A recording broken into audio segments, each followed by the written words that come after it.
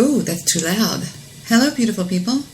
I am Debbie with you on It's Friday Night Music Party.com. And I'm all by my Widow Waltham selfie. I couldn't find Mr. Midnight Floovies. I think he has to work tonight. I sent him a text message. I wanted to read y'all something. It's kind of interesting. It says, .com. I know I'm not going to get stuck on that. I promise I'm not. Okay, it says, to anybody, I read this afternoon, but I'll read it again. To anybody born between 1930 and 1979, we survived being born to mothers who smoked and drank while they were pregnant. They took aspirin. They ate blue cheese dressing. They ate tuna from a can. And they weren't always getting tested for diabetes. Then after that trauma, we were put to sleep on our tummies in cribs that were covered with bright... There's Mr. Midnight Floovies. Mr. Midnight Floovies. Where the hell have you been? Fuck off and die young. Go to hell. What? Have you been with those protesters? What the hell's going on in this country? The whole world has gone crazy. That's the name of my show tonight. This world's gone crazy. I can't believe this, Debbie. This is nonsense. I've lost. I just want to curl up in a hole or somewhere. What's going on? Debbie, will you say that I'm right about white guilt? You're getting more right as the moment passes. Have you heard the latest stuff? What are we going to do? I'm waiting for Mr. Solution to get me a new Apple computer, you know, when he goes to the stores. Mr. Solution, if you're out there, please call the show and tell us what the hell's going on around here. This is your babies. This is your wife and your son. Unbelievable, Debbie. Oh, man. Now, what is that great thinker, your fan, John Wiley Price? Ugh. I haven't even looked. I wonder if he's marching. Oh, he's got to be. You know what? Unless he's in prison having sex, he's probably marching. Did you hear about the new shootings and killings of unarmed black people? No. Uh-oh, you didn't hear. A Phoenix police officer shot dead an unarmed black man today. 22 hours ago. Can I tell you what they says? It says a Phoenix police officer... Well, wait a minute. I want to show you this guy. Now, don't say anything when you look at this guy. You're going to go... I mean, he is deceased. Okay, there. Now we're in a cyber studio. Okay, look. I can't... Okay, here we go. Okay. A Phoenix... They shot me. I'm on there. They shot me in the face. That looks like a... What the hell is he doing? Have you ever been to Phoenix, Debbie? I've been to Tucson to play golf. Listen to this. A Phoenix police officer shot to death an unarmed black man during a struggle, and authorities said that the officer believed that the individual had a gun in the latest fatal incident amid national turmoil over the policing of black communities. On Thursday night, last night, 200 demonstrators protested against the killing of 34-year-old Romain Brisbane, marching to Phoenix police headquarters and blocking streets and all kinds of crap going on. The Phoenix Police Department said that Brisbane was sitting in an SUV outside a convenience store on Tuesday night. Two witnesses told the officer that the occupants in the vehicles were selling drugs. Now, with police forces across the country under increased scrutiny over killing unarmed black men, Phoenix police said in a statement that its officer called for backup and then saw Brisbane appear to remove something from the car's back seat. It says that the officer, a 7-year veteran of the department, gave him several commands to show your hands, place one hand above your waistband area, and then he fled. The officer chased him down, caught up with him, and during a struggle, the policeman believed that he felt the handle of a gun while he was holding Brisbane's hand in his pocket. The officer gave the suspect several commands to get on the ground, but he refused to, yelling profanities. "Fuck you, cop," the police officer said in a statement. At that point, both men stumbled into an opened apartment unit, adding that the officer was unable to keep a grip on the suspect's hand. Fearing that Brisbane had a gun in his pocket, the officer fired 2 rounds, striking Brisbane in the chest. The police department said backup officers arrived at the shooting, and while they and members of the fire department treated Brisbane, he was pronounced dead at the scene. Police said that Brisbane was carrying oxycodone pills and that a semi-automatic handgun and a jar of what is believed to be marijuana were found in the SUV. The 30-year-old officer was not injured. The shooting in Phoenix comes at a time at tension between law enforcement officers and the communities in which they operate. 2 grand jury decisions not to indict officers to kill unarmed black men in Ferguson and New York have triggered a whole bunch of mess. You know what? I mean, I gotta say that the incident in New York was a tragedy. Agree. But look, examine the facts and let's have this dialogue. Let's have an honest dialogue on things. You know, and let's stop. You know, like let's not have any guilt, and let's say it as is, man. Let's say what's going on. I'm not going to have any guilt. Not me. I don't care. You know, it's like they can act any way they want, and it's like, you know, well, you know, I don't know if this guy had he seemed to have drugs in his thing, but let's go through an investigation. You don't fight the cops, people. You don't run. You don't fight. You don't squabble. You don't do that. Now, they're saying that Garner was not choked. It was a takedown move, and he was asthmatic. And you know, there's more truth about it than. Well, who is the #1 radio personality in the world, Mr. Midnight Floobies? It is Rush Limbaugh. Well, why don't we see what Rush Limbaugh has to say just 6 hours ago, shall we? Let's hear it. Speaketh, O ye of long tooth. Rush Limbaugh says, Eric Garner was not choked. It was a violation of the truth. And let's play this audio right here. It's 3 minutes and 21 seconds long. Once again, let me find it. He was not choked. It was not a choke hold. This is another gross misrepresentation, violation of the truth. And what happened here? There was no chokehold. Eric Garner was not choked. Says who? Says who? It says he's going off of a man named Bo Diety column from back in August arguing that Garner was not put in a chokehold. He said it was a headlock, not a chokehold. And there has been some question as to how the NYPD defines chokehold, which, by the way, is against policy, but not illegal. But that hasn't exactly been a major point of discussion, Mr. Midnight Movie, because either way, Garner died, and people across political lines agreed that the officer was negligent, just as you and I both did. I mean, it's just that damn video, Mr. Midnight Movie. I can't breathe. I can't breathe. You know, and the please, officer, I've tried to be nice. I mean, he was begging him, and all of a sudden they just, boom, they just attacked the guy. Well, you know, I mean, here's the deal with that, and I'll say that,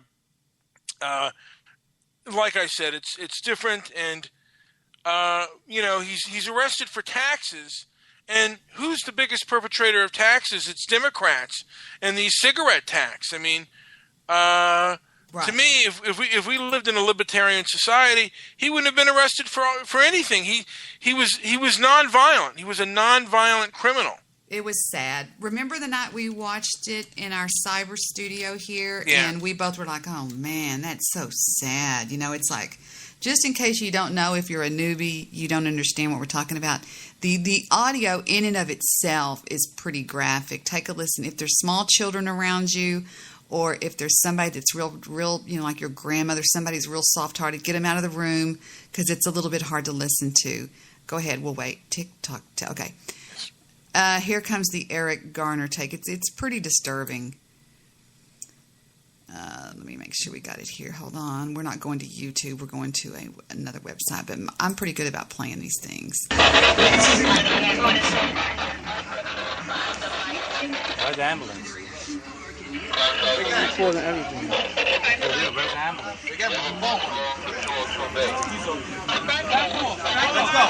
Okay, now wait. He's already dead there, Mr. Midnight Movie. Here's the I Can't Breathe. I haven't seen this in a long time. This is pretty hard to watch, but let's take a look for those people that don't know what we're talking about. It's pretty distressing. Don't worry, because he was just sitting here. I just came here. Sitting here. Mind my business. The fight break out stuff. Okay, that's Garner saying, I was just minding my business. He's kind of got a sad, no. He's 43 years old. He's selling cigarettes, and then here we go. Don't say you can put up on me. That's all right. The people that's fighting just don't walk away? Are you serious? I didn't do nothing. Where did I go? Then before I don't have my ID on me. Take you left for what? I didn't sell anything. I did nothing. We sitting here the whole time. Mind our business. What are you talking about? You watch me do what? Who did I sell cigarette to? To who? Not that retro. There's another guy. Easy way or hard way for what? Every time you see me, you want to mess with me. I'm tired of it. It stops today. This guy right here is forcibly No, what you grabbing me for? trying to lock somebody up Everybody said I didn't do for nothing. breaking up a fight. Everybody standing here, they told you I didn't do nothing. I did not sell nothing. Because every time you see me, you want to harass me, you want to stop me, try to sell cigarettes. I'm minding my business, officer. I'm minding my business. Please just leave me alone. I told you the last time. Please just leave me alone. Please, don't touch me. Don't touch me. Hold on. Don't touch me, please. came over. Do not touch me. Okay, right there. I see no resistance. Do you see any resistance there?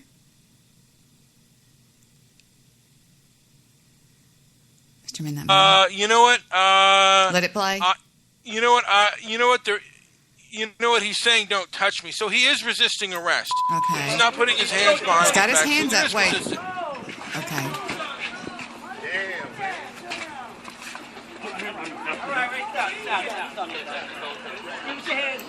Okay, is he cutting off his air right there? He could be. Look. Yeah. You know about this stuff. You're a fighting man, and I mean, this guy's little, and this guy could be you. Could I take you down like that? I'm going to try to do that when I come to LA. I'm going to see you in the know airport. what? I'm going to be in the If I don't resist, airport. You probably could choke me out. I don't know. How big are your guns? I'm not very big, but if I see you in the airport, I'm going to run and go, Mr. Midnight Movie. I'm going to jump. I'm going to get you in a chokehold. I'm going to go, die, and you're going to go, I can't breathe. Somebody's going to be filming it.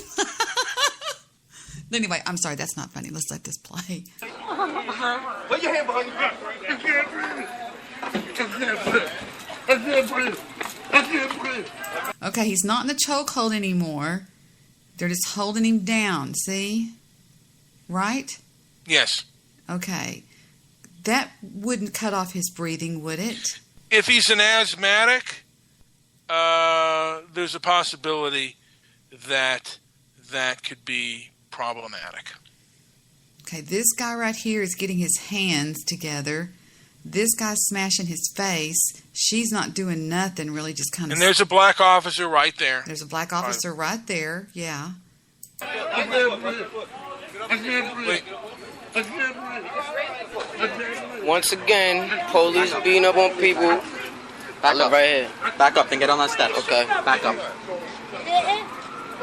All he did was break up a fight. And this what happens for breaking up a fight. It's crazy. Everybody back up, back up.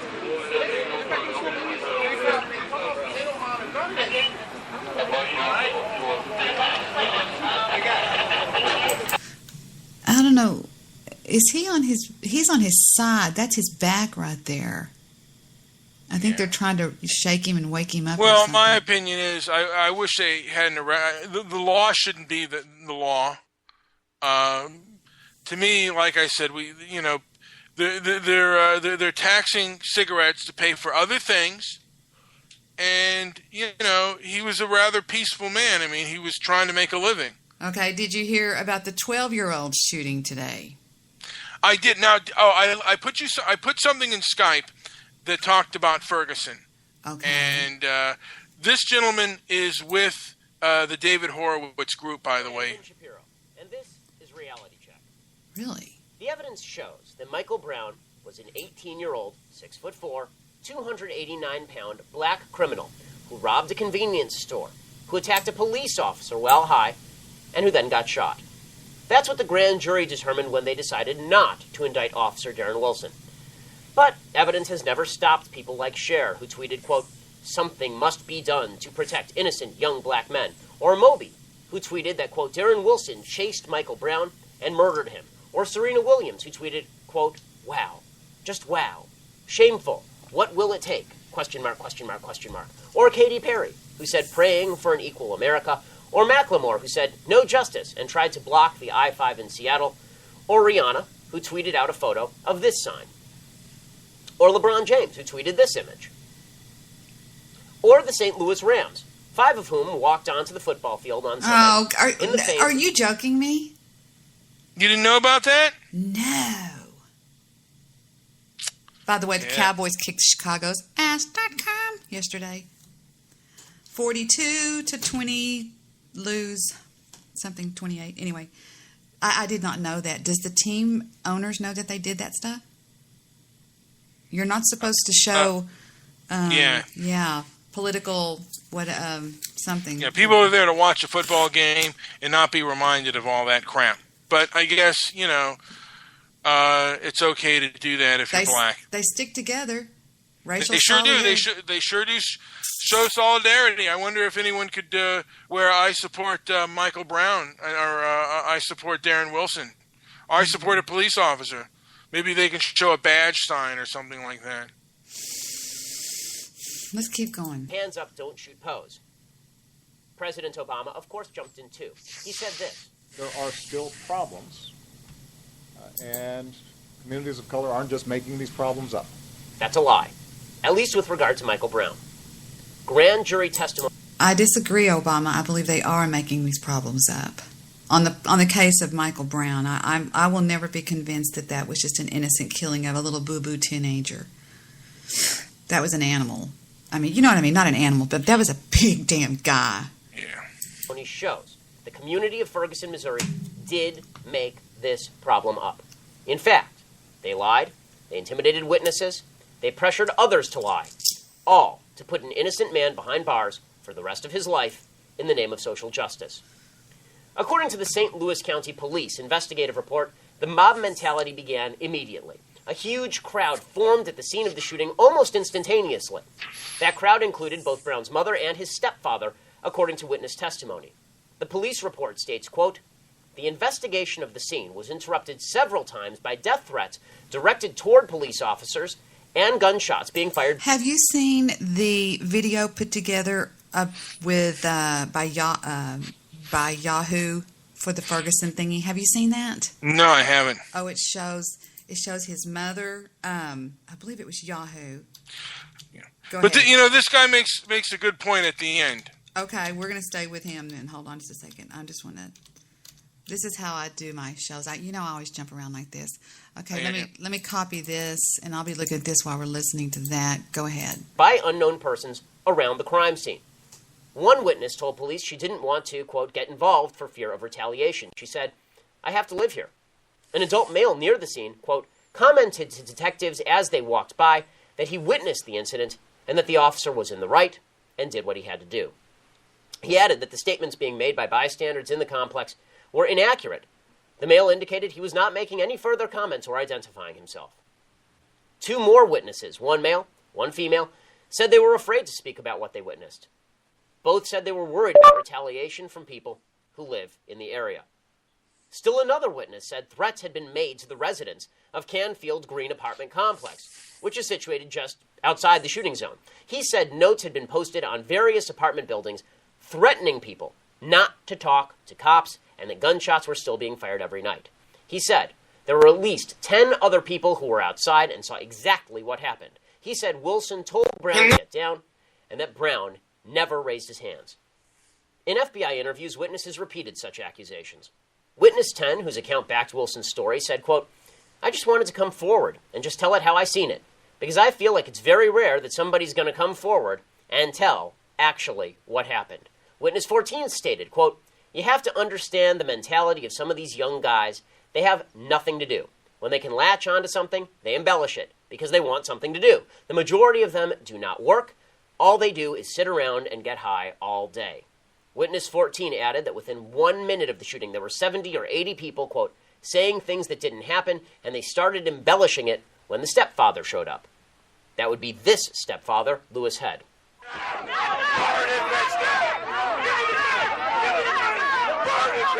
Witness 14 said witnesses were lying when they said the officer, quote, ran up behind him and shot him in the back. Witnesses lied, he said, when they said he had his hands straight up in the air. Witnesses lied, he said, when they stated that Brown was shot well down. He continued, quote, they are set. They're looking for a reason to explode. That's what they do because they don't have anything else to do. The original witness who created the hands up, don't shoot myth, Dorian Johnson, he helped Brown rob the convenience store. He then went on TV and lied about Brown having his hands up and being shot from behind. He then had to change his story multiple times to fit the autopsy results. His original lies had quickly become the prevailing wisdom, however. At least 12 witnesses claimed that Brown was shot from behind. That was factually false. At least 16 witnesses said Brown's hands were up when he was shot. That was factually false. One witness said Wilson used a taser and then used a gun. False. Another said she witnessed the events but admitted she was blocks away when the events occurred. Still another witness said there were 2 officers involved in the shooting and admitted she couldn't tell what she'd seen from what she'd read about the case. One witness admitted in testimony to changing his story to, quote, coincide with what really happened. Another witness said he was friends with Brown and that Brown was shot while on his knees. When informed that such a story contradicted all physical evidence, the man admitted he hadn't seen the shooting, and then he asked if he could leave because he was, quote, uncomfortable. This is evil. A community conspiring to put an innocent man in prison for the rest of his life based on his race is evil. But then again, so is social justice. The notion that individual lives and decisions don't matter so long as the narrative of American racism is forwarded. Truth is the first casualty of the social justice mob. And in Ferguson, and now across America, that mob runs wild. Social justice mob. YouTube channel or click here to give a quick donation. Oh, by the way, that guy is with David Horowitz's group. By the way, Really, my new close personal friend. Where were we? We were right here, right? Okay, watch this. This is his mom. I have never seen this before, and I'm pretty sure you haven't seen this either. Watch. That's his mother right there in the glasses. Let me go ahead and take the sound back up. Okay, where were we? Okay. They just read the verdict, and here's the reaction right as it happened. That's his mom. I mean, they ain't even give him manslaughter. Not even not even nothing. Not first degree, second degree. Not even overuse of power. Nothing. Now, I want you to watch his mom, and I want you to see if you notice what I noticed about her. Watch his mom. I'm talking, they gave this man nothing. You really don't want to make it a race thing, but it is a race thing. It's a race thing. Look at the jury, how it was stacked. Look at Bob McCullen. Look at his daddy got killed by a black man. Come on, man. You're not finna save a white man from shooting a black man when your daddy got killed by a black man. Come on, man. The cards was already, you know what I'm saying, dealt. We already knew what it was. We just ain't want to believe it. It's self-inflicting. We already knew that he wasn't going to jail. She was. But do you see the anger in these people want to be angry? Do you see? Well, I mean, the guy with the skull on his neck, who would have it as a face mask, who's wearing it down. Do you see the anger? He's looking for a fight. He's got a chip on his shoulder. He's waiting on it, and she didn't start this little scene until the cameras were on her. Because look at how she's acting. And I'm not disgracing the mother of a dead kid, because my mother had a dead kid. It's fucked up there. But watch right here. It is like this, man. Okay. It's been read. I mean, they ain't even give him. It's been read. They've got the verdict, and she's just kind of sitting there waiting for the man to come over there. Look. Manslaughter. Shaking her head. Not even nothing. Not first degree, second degree. Not even overuse of power. Nothing. I'm talking. They gave this man nothing. You really don't want to make it a race thing, but it is a race thing. I've never cried like. I mean, it just seems a little, You know, I mean, I don't want to say anything about the mother, but here's the deal. These individuals, it just, you know what? Some of them are looking for a fight. I think the other guy might be a friend or whatever, but come on, man. These guys need to be, you know what? They need to be prosecuted. And Barack Obama saying there needs to be a discussion on race. Well, there needs to be that guy, the guy who just spoke. I forget his first name, but his last name is Shapiro. We need to have an honest dialogue on that, and we need to have, on all sides. Because to me, I think good Americans need to stand up and fight against this. They're wrong. They're wrong. They're wrong. They're wrong. But you know what? If you look up black on black crime, I mean, there's some pretty heinous things that go on around this country. They're wrong. I mean, and it's just the whole civil rights movement is wrong. They're wrong. They're morally bankrupt. They're just a perverted, evil group. They promote evil. They do. They tear up a lot of stuff. Did you know that there was this one woman that was, I think she was white, although it doesn't really matter, but she had a beauty shop, and it was the only thing that she had in her world, and they burnt it to the ground, and she didn't have insurance or anything, or the insurance didn't pay for vandalism or something. Isn't that the saddest thing? Well, here's the deal. With these things, a lot of these people don't have insurance. These are, and you're not going to, these businesses, there aren't going to be businesses coming back to those areas, okay? You're not going to have a place to shop. You're going to have to go outside of it. Because these areas, nobody wants to put in where people are going to burn it down for some form of social justice. It's ridiculous. And they're going to move to the next town, because that town's going to be unlivable. Most of the people who came into Ferguson came from St. Louis, more likely East St. Louis, because East St. Louis was becoming unlivable, and they came into that town wanting a better thing of life, and now they've just made it. They've transported their East St. Louis behavior. And really, their redneck behavior. There needs to be a talk about culture in this country. Well, and, I don't know that Mr. Solution holds himself out as a white man or a black man or whatever, but he doesn't seem like the kind of person that would ever do something like this. He wouldn't, he wouldn't. But the true fact of the matter is, there needs to be a talk about culture, and those who, I guess, in his words, identify as black and want to play the race card. This looked interesting right here. It says, why blacks distrust police. Well, it says right here, it says, African Americans have only themselves to blame for the presence and the behavior of cops in their neighborhoods. If they would get serious about cleaning up the problems in their own communities, police would not be arresting or killing so many black people. Yeah. And they leave, you know what? They leave their communities, by the way. You know what? They try to escape their communities. There are going to be blacks who are going to want to leave Ferguson, and they bus their kids 2-3 hours, or they'll drive their kids an hour out of the way, out of their own neighborhood schools, because they don't want them around that kind of behavior. Also, it says the common impulse of whites then and now. Well, no, let me back up. The problem didn't originate recently. In 1958, at a time when there was lynchings, universal discrimination, and legal segregation, Time magazine reported that in big cities, the biggest and most worrisome problem is the crime rate among blacks, and the black leaders and civil rights groups should start accepting responsibility in an area where they habitually look the other way.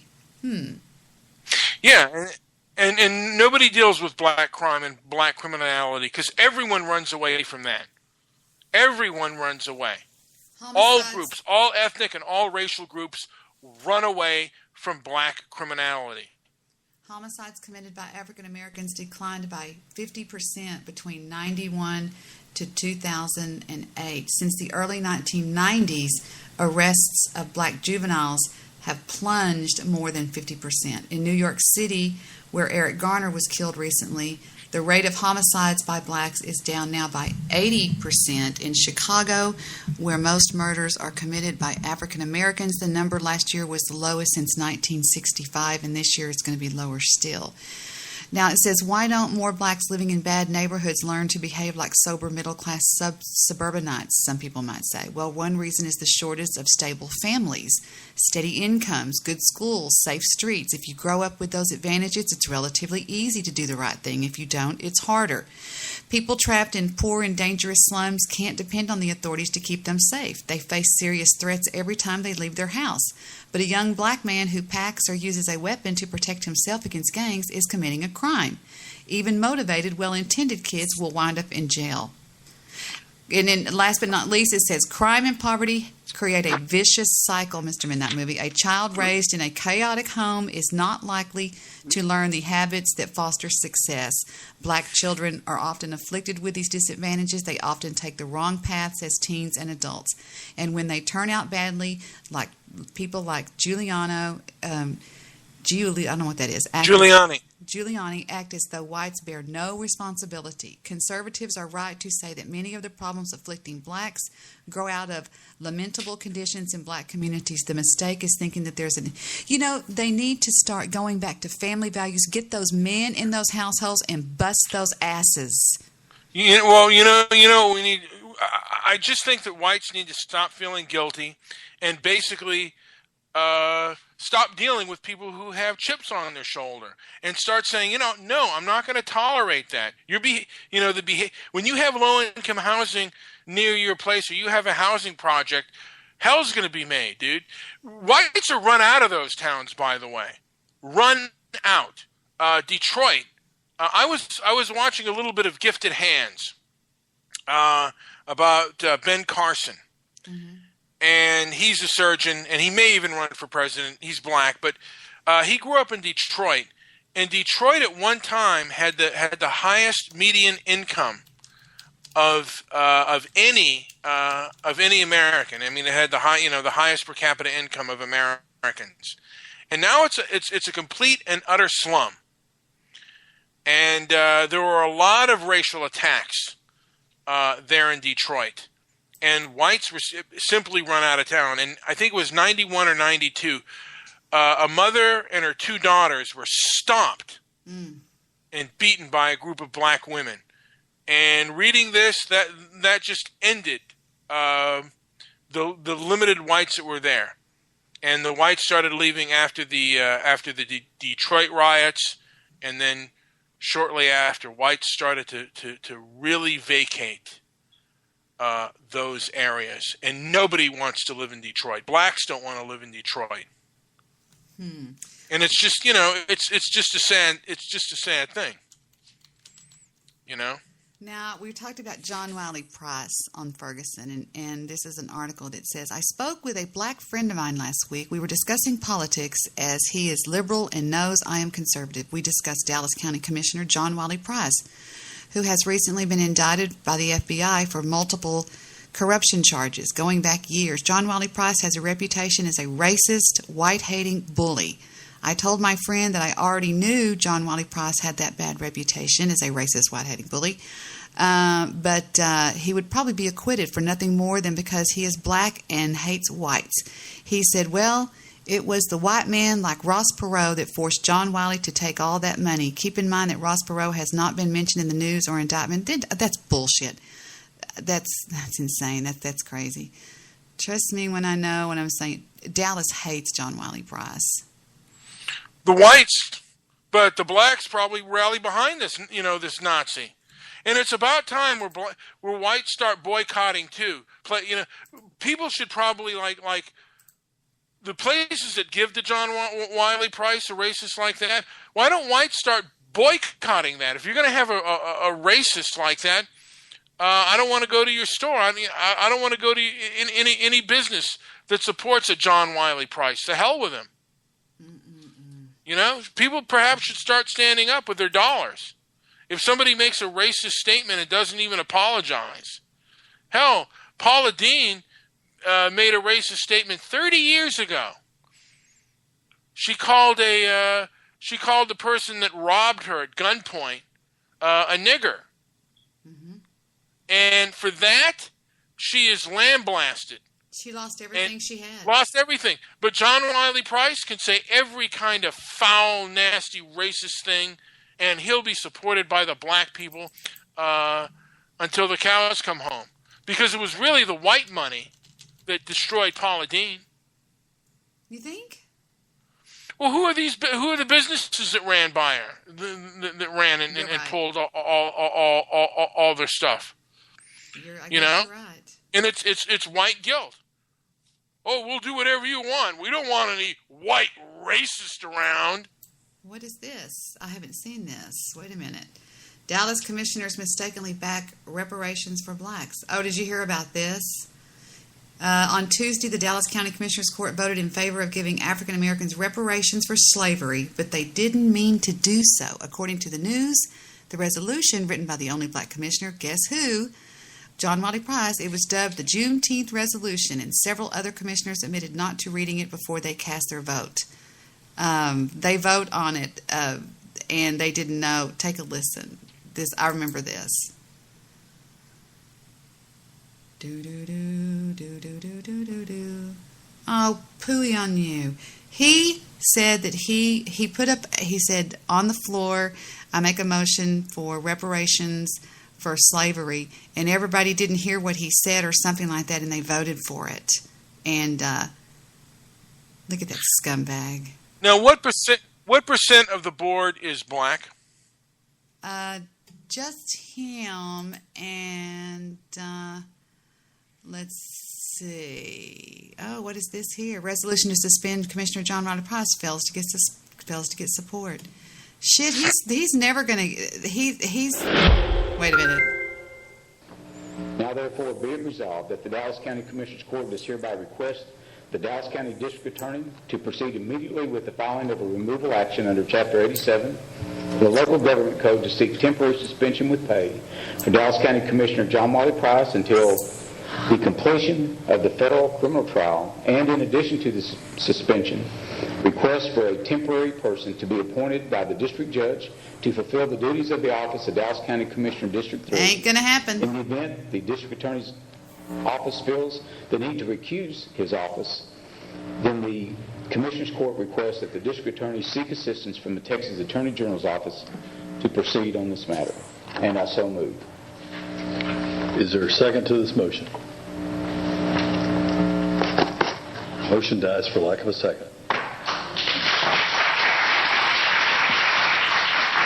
That if he or anyone files that removal action who has that evidence, this county will cooperate fully, and I've spoken to the DA's office, and they will cooperate fully.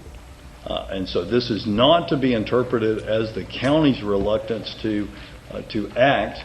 If a person has that knowledge, come forward and we'll cooperate fully. Well, now, Victor Montoya had two little outstanding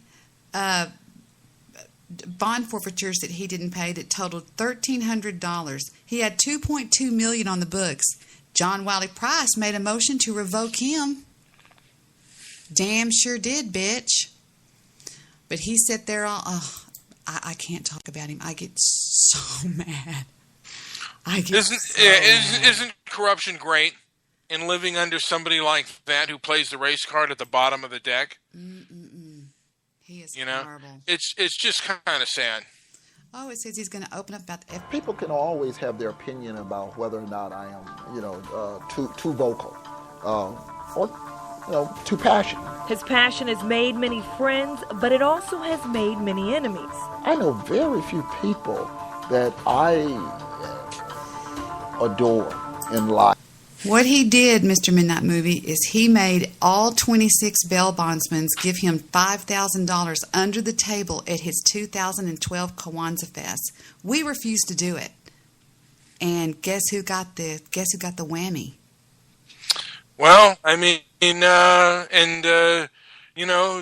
like I said, white guilt reigns again. This is just the this is just the byproduct of years of white guilt, and it's not gonna get any better until we start to challenge it. Uh-oh, somebody's calling you. You need to go?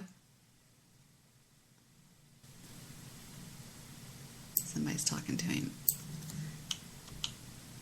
Somebody's talking to him right now. All right, had a little deal. Did you hear about John Wiley Price all pissed off about why do we have to call it the black hole? Listen to this. Hey, Debbie, I got some sausages that I have on, so I'm going to have to step away for a few seconds. I've heard that before, so I'll come back in a jiff. All right.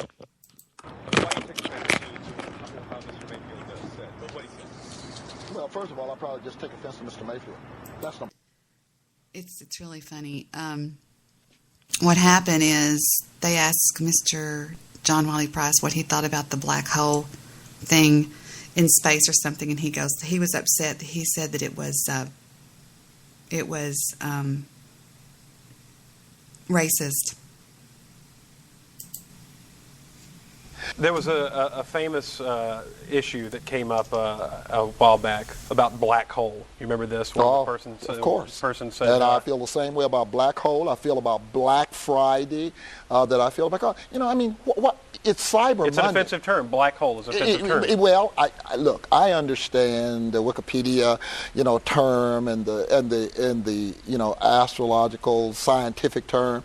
But and so the next thing you'll be telling me is that, Black Friday, is a term of... But Black Friday's a good thing. Oh, well, every once in a while, you'll stumble upon something that's good. All right, what about BlackBerry? Like Barack Obama likes working his BlackBerry. That's not offensive, is it? Well, no, because I'm a liberal and I don't want to use anything that's... But BlackBerry is a word as opposed to, an adjective. Okay, what about black gold, black top, blackboard, writing on the blackboard? Sometimes it's the context in which things are used. And maybe sometimes it's the user. Maybe you're a fucking criminal, and I hope you rot in jail, you piece of shit. I don't care if you're purple. It has nothing to do with your color. You're an asshole, and you deserve to rot in prison. Ta-da.com. Did I hear you come back? How are your sausages? They're coming out pretty good. Do you like sausages, Debbie? I would eat your sausage, Mr. Midnight Movie. I was Santa Claus today at work. Oh, were you really? Yes, I was. Aw, I bet you were cute. Did you say ho, ho, ho? Ho, ho, ho. Merry Christmas. I bet you... I'm going to put a lien on your house. I'm kidding. Look right here, Mr. Midnight Movie. Look. Can you read that? Bye-bye, Blackbird. That's horrible. They don't like him. They don't like him in Dallas. Is he going to jail? It says John Wiley Price, or as I hope he soon comes to be known as, convict number XXX, is an embarrassment to Texas, a criminal with cornrows who is the most ignorant nigga in the city of Dallas, which is saying much. So on behalf of law enforcement everywhere, convict number XXX, your days of destroying Dallas are soon over. People in Dallas can't stand him because he's a horrible criminal that's allowed to stay in power. Yes, he is. He is. And it's just... And right here he says, listen to this, people. He says all white people go to hell. Right here, listen to him.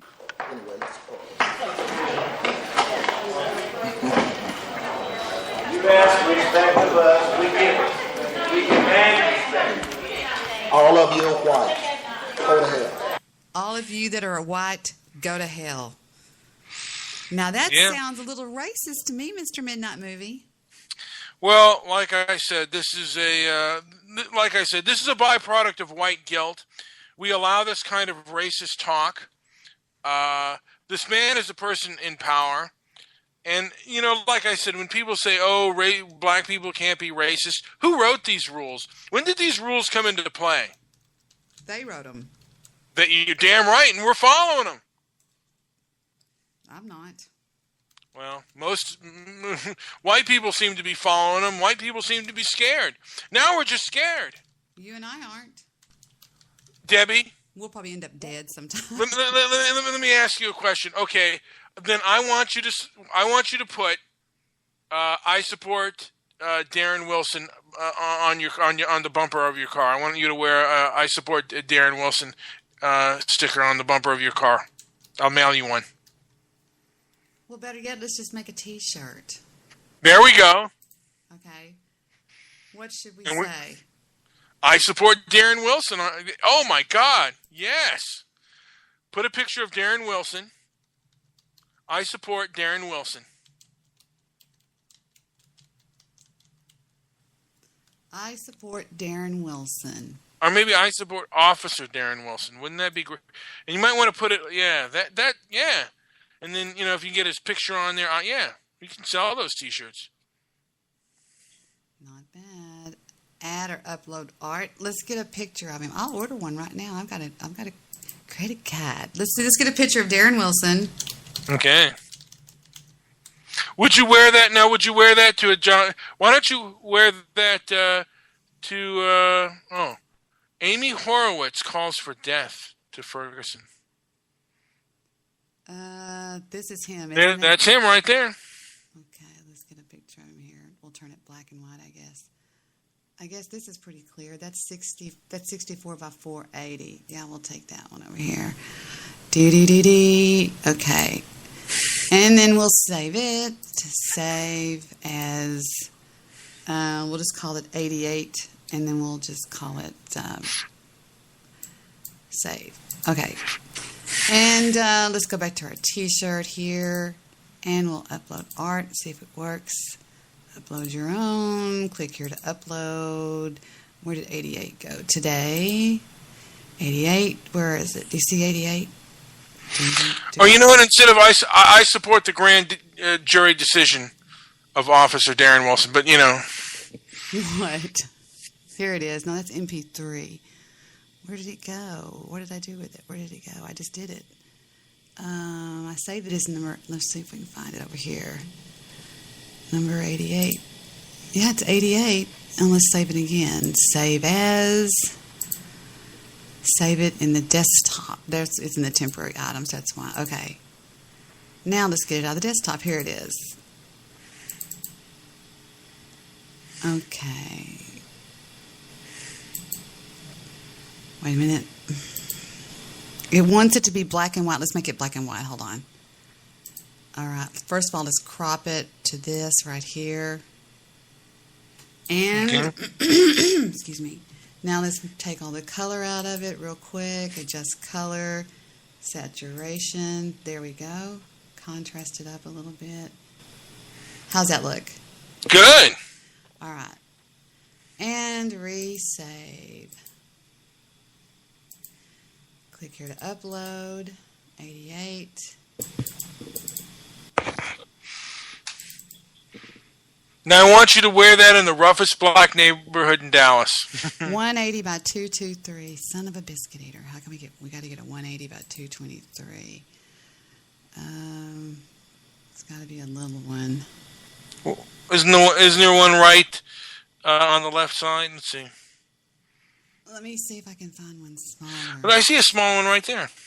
But see where it says 350 by 216, 634 by 602.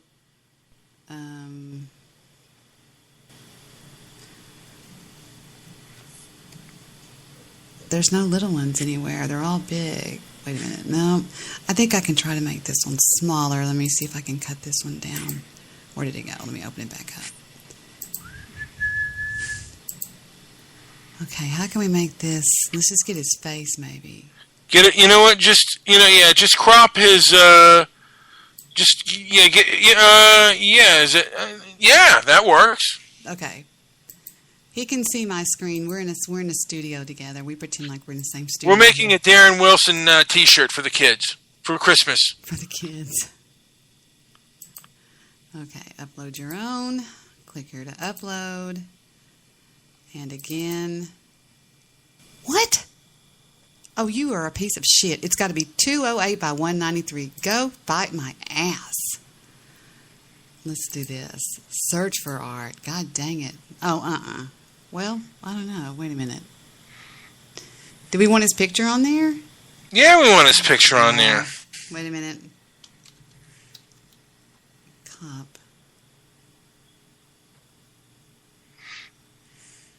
Those are funny. Look at these cops. Yeah, I think his picture needs to be on there. Okay, let me get rid of that. Damn. Is there a way to do it where it says the number? It's got to be 293. So you want to make it a little bit bigger. Let me see. No, it's not going to be. Let me go get another one. I guess that one's messed up. Let's see. It needs to be 293 by. Let's see. That's the only picture of him. You know. How about the? Oh, I saw a headshot right there, but I don't think that has a number. Is that him? I don't think that looks like him. Yeah. I think that is him. Is that him right there? Yeah. Okay. Let me see if we can get this one and work with it.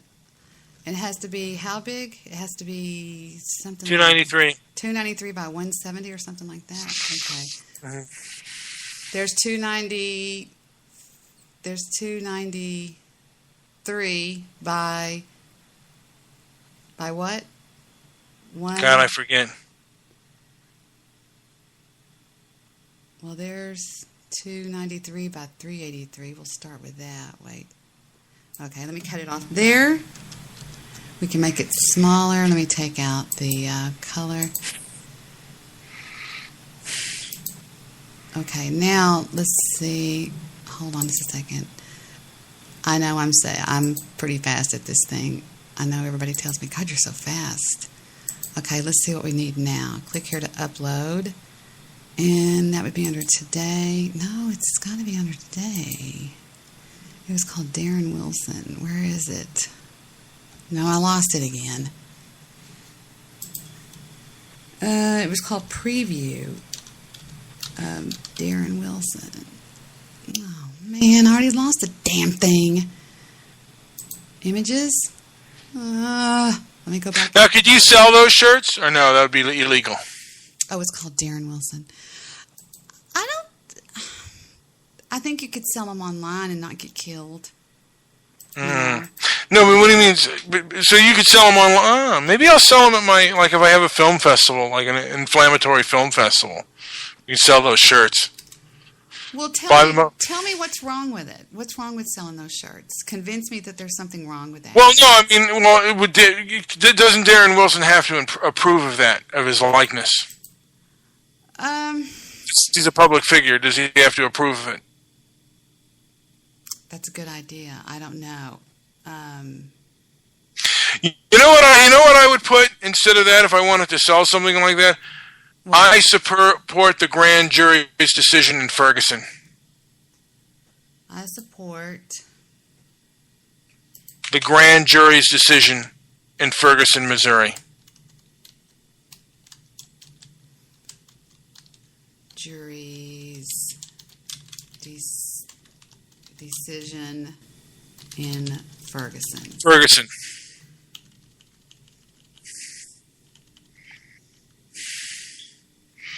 Now, I wonder how you make it. You make it smaller? Yeah, I wonder how you do that. Wait a minute. Because that's too little. I guess you would do two different things. Yeah, you do it, you would start on top and work your way down. Like you would do 2 sentences, one on the bottom and one on top. I don't know if you can do that. Yeah, you would do I support, like that. And then you would stay with that one. And then you would do another one. And then you would say the grand juries, like that. And you grab that one.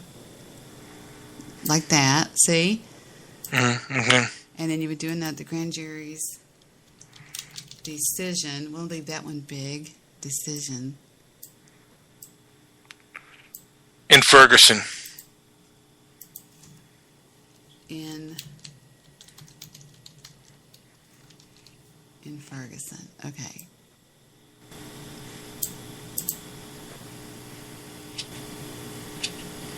What do you think? That's good.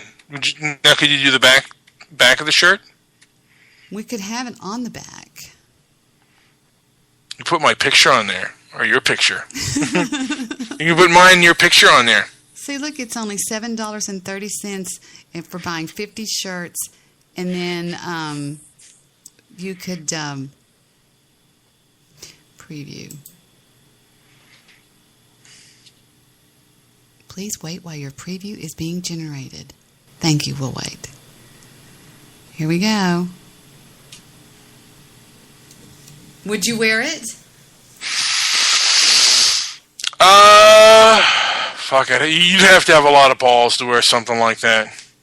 I think yours are bigger than mine. And you're allowed to carry a gun.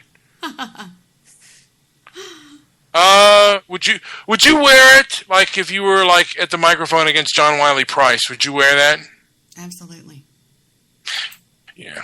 I might wear it. I would sell it, I would sell that. I wouldn't be afraid of getting killed or anything like that. Create your tea, set a goal, add a description, and then you sell them. You sell them. That's funny.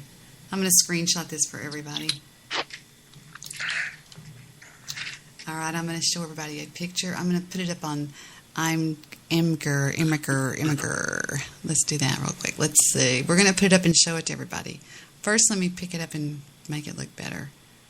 So, yeah, what else is going on with you today? We were both so upset when you called. I was just like going, oh, my God. Because Victor had just told me about all of this stuff going on. I was going, what is going on? Did you listen to I tweeted my show to you yesterday. Yesterday. Was it yesterday or was it the day before yesterday? You had a show?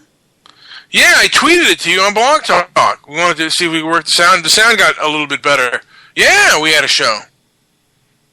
We could put we could put your head in that, Yeah, really. Like a head and then my face in there and then, yeah. 609. Okay, I'm going to upload it real quick for everybody. Let's see. Up to this link real quick. We'll have that with you in just 1 second. So, tell me about your show yesterday. What happened on it? Nothing too interesting. It's just, Any good calls? You know who called in? Well, he can call me at 214-444-5488. 214-444-5488. Now, I'm going to bring over to the Spreaker chat room, if there's anybody there, a direct link to the shirt that we just made live and on the radio here. Do I even have a chat room open? I haven't even checked. Do you have to open a chat room on Spreaker? Is it Spreaker or Blog Talk that you're on? I'm on Spreaker. I don't even know if anything's open. Oh, no. Wait a minute. Let me find it. Let me go. DJ Console. Yeah, we're broadcasting. Hello, everybody. Now, is anyone on there on the air right now? I haven't checked. I haven't checked anything, to be honest with you. I just came on the air right when you called in, and I was just fixing to bloviate about some stuff, about how this world has gone nuts. Well, the world's gone nuts because we've allowed it to go nuts. We've given in too much, and we've given in to unreasonable and irrational behavior. Hi, Ash. An hour ago. there it is. There's our picture of our shirt. And I bet you what's going on is the that stupid show. Oh, look who's calling. Who's calling? Uncle Maury. Uncle Maury. Uncle Maury has been, well, he had to checkmate the All Facts tonight, and he got 404. It took about 12 minutes. It was a grueling uphill battle. What? Wait. What happened? Did the All Facts show get 404? Or did they 404 you? No, the All Facts 4 was the All Facts show got 404. TRS? No, All Facts. Okay. Oh no. Wait, what's the difference between the All Facts show and TRS? Both empty heads, but one more empty than the other and without a southern accent. Now, because TRS is not... You seem confused. Let me explain. I am confused. Okay, go ahead, please. All Facts did a show last night. Apparently, he got upset because he heard my little boy mention that he was a booger eater. I don't know where he heard that, but... and so he decided that he was going to run a loop on a show, 3 hours... of I think it was Beasley and myself doxing one another. But he changed the name of his show to my name and to Beasley's. And, well, I thought I could call Blog Talk Radio and send him an email and go that whole route. Instead, I just got myself a show. And so I just got onto the chat and had a nice conversation with Kathy, who was very pleasant. I love and Kathy. Very helpful. I love Kathy. She's very cute, too. If that's her real picture, she's a cutie. Anyway. She's beautiful. Took about 12 minutes, and it didn't take long for Kathy to see that there was a breach of the TOS in a most egregious fashion. Flaunting the TOS back at Blog Talk. And it took a while. He had a show going. The show was taken down. And then he created another show. That was taken down. He created a third show. Finally, I guess he thought, wow, what's going on? Let me log out and log back in. Mistake. Checkmate. He had already been 404'd, but since he was logged in, he was still able to do things. But as soon as he logged out, checkmate, as he likes to say. I love it. All Facts was bitch slapped by a Jew. Ha, ha, ha, ha, ha. By Empty Head Radio. So let's go see the Big Fat 404 page. What do I look up on Blog Talk Radio? I don't know. I haven't seen it. And he changed the name of the show to yeah. I'm not sure. I guess you got to look up All Facts Concepts. I'm there now. Jonathan, please turn that down. Okay. All Facts. Okay, let's see what we got. Let's see what we pull up here. Because it'll still usually pull up on the search, and then when you go to click it, it'll say 404. Okay. Yeah. Under All Facts, we have the All Facts Hour Police Brutality. It's called Mike Mills Radio. No, that's somebody else's. Okay, here we go. All Facts Concept Crusher, online radio, Blog Talk Radio. Here we go. That's it. That's the one, yeah. Okay, wait, y'all got to see this. We're going to do this all together. Ready? I'm going to do a share screen. Ready? Drum roll, drum roll, please. Here we go. I'm going to hit the page. I'm going to hit the link. Here we go. The All Facts Concept Crusher. Oh, that's pretty. Hold on, I got to get a screenshot of that. Hold on a second.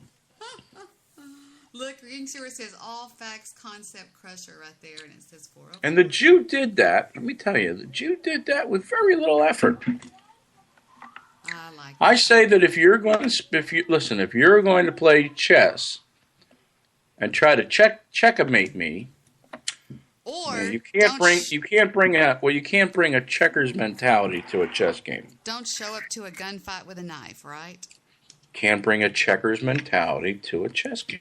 I wish you would have downloaded the show so I could hear him first. Well, it wasn't over. It was canceled in mid-show. No, are you serious? Yeah, and the show, several times. And the show last night, well, that was, he erased the show as soon as he was done. Oh, 404, look at that. I wonder if he's over at Talk. I wonder if he's over at Talk Real Solutions. Let's see. Oh, No, they're not running, and Ron Reck was running, and then all of a sudden Ron Reck disappeared. Huh. But I know he wasn't 404 because there's nobody there after 10 p.m. Eastern. Let's see. Tommy Sotomayor's on. He likes me, I found out. Yeah, you can talk to him about that because oh, really? Tommy Soto, he knows about it too. Apparently everybody knows. Let's go see what he says. He liked me the other night. He was talking about my comments on air. I'm talking about the rappers and everybody. Say the same things. Hang on, let me. Well, ask him. Say, is it true that the Jew 404 at Allfax? Let me log in on Facebook here. Is Mr. Midnight Movie still with me? He's being very quiet. I'm sorry. I was bloviating. I was bloviating about Beasley. Beasley called JP a kike on Blog Talk. On a Blog Talk show yesterday. Yes, he called him a kike. Yes. Are you still friends with him, by the way?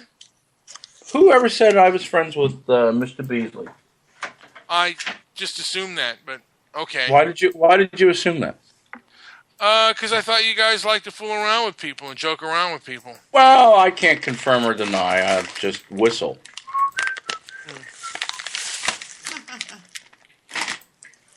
But you guys were kind of cordial to each other. Has there been a falling out with Mr. Beasley? Not at all. But he said he had all of JP's docs, and he called him a kike. Well, I have his docs too, but so what? Who cares? Yeah, I know. But just got really vicious. Really, Why? like, personal. Because JP said he sounded like he had a turkey bone in his mouth. And he said, don't be fucking disrespectful to me, you fucking kike. Well, that was less than cordial. No, it was. Oh, no. Angela Truth is in their chat room. Really? Vaccine Truth News. She always has to have truth in her words. Truth. Well, she's been very... angry. I don't know what lately, yeah. Angry. She was talking about you the other night on her show, Mr. Midnight Movie. Really? She goes, I've been talking to Midnight. Wow. And I was like, okay. So let's see. She says, so many talk over each other. Now that's racist. Yeah. Yes, they do. What is all? So Allfax is knocked off of the entire thingamabob, right? He's knocked off of Blog Talk Radio, right? Well, he changed his name, so I'm sure this Allfax Concepts Crusher will come back because he changed the name of the username, not just the show name. He seems to be a bit enamored with me. Who? Allfax? Allfax, yeah. Oh, he's obsessed. I gave him a little bitch slap. Well, we were talking about all the crap going on, in the news. Did you hear about the most recent unarmed black shooting in Tulsa or Tucson? Tucson. No. Yeah. Tell him about it, Mr. Midnight Movie.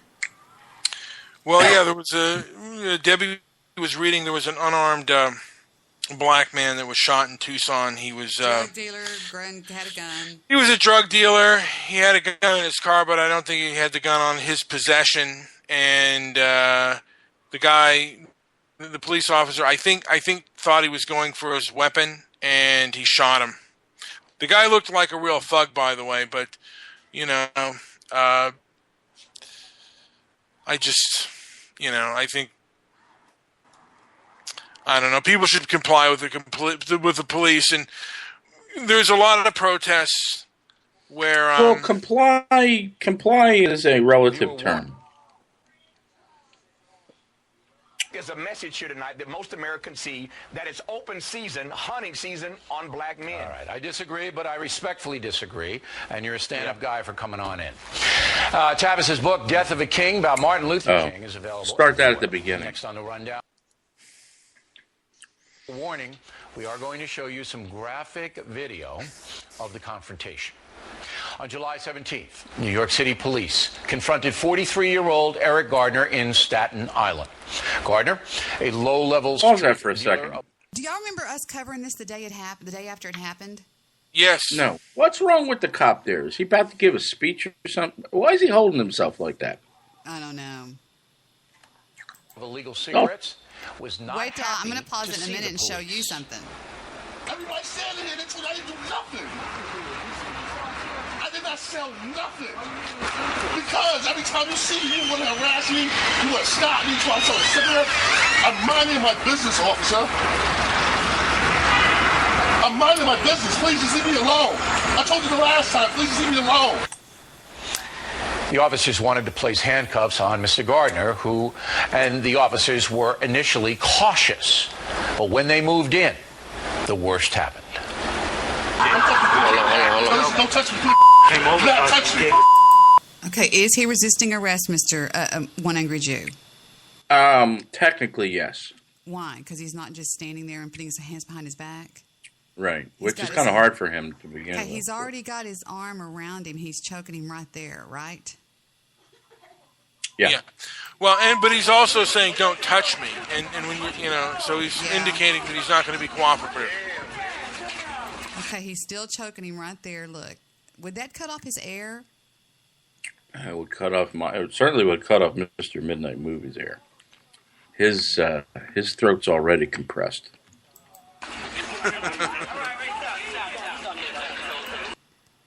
Is that cutting off his air right there? Yeah. Oh man, I've never been chokeholded.